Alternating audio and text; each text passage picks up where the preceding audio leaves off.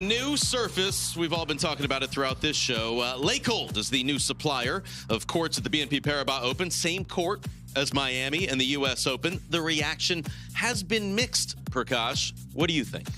Well, I think, look, the U.S. Open is so far away, so I think consistency with the U.S. Open matters a lot less. Sure, it would be nice to have consistency with Miami, so someone who has a late run here in Indian Wells doesn't have a big change to come to Miami. But the biggest issue, as all the players are talking about, consistency-wise, is the balls.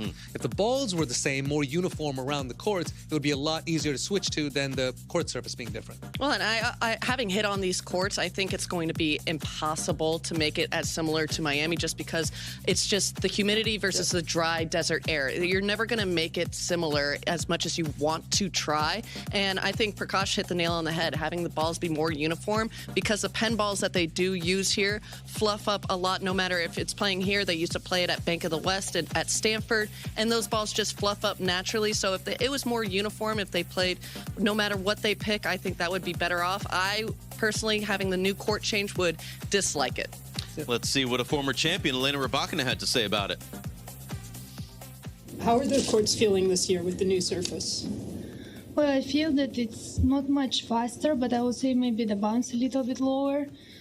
And the past few days were like very windy and a lot of sand came, so it's also a bit different, the bounce, but I think the courts are still nice. She served well on him last night.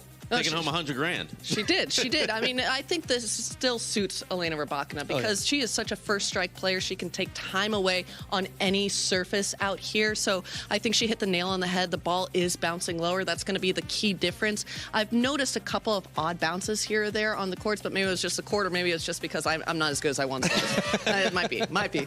I did talk to Tommy Haas yesterday, and he said players are saying they get some easier aces out there. Don't maybe have to hit the lines this year to get an ace. All right, for mixed double.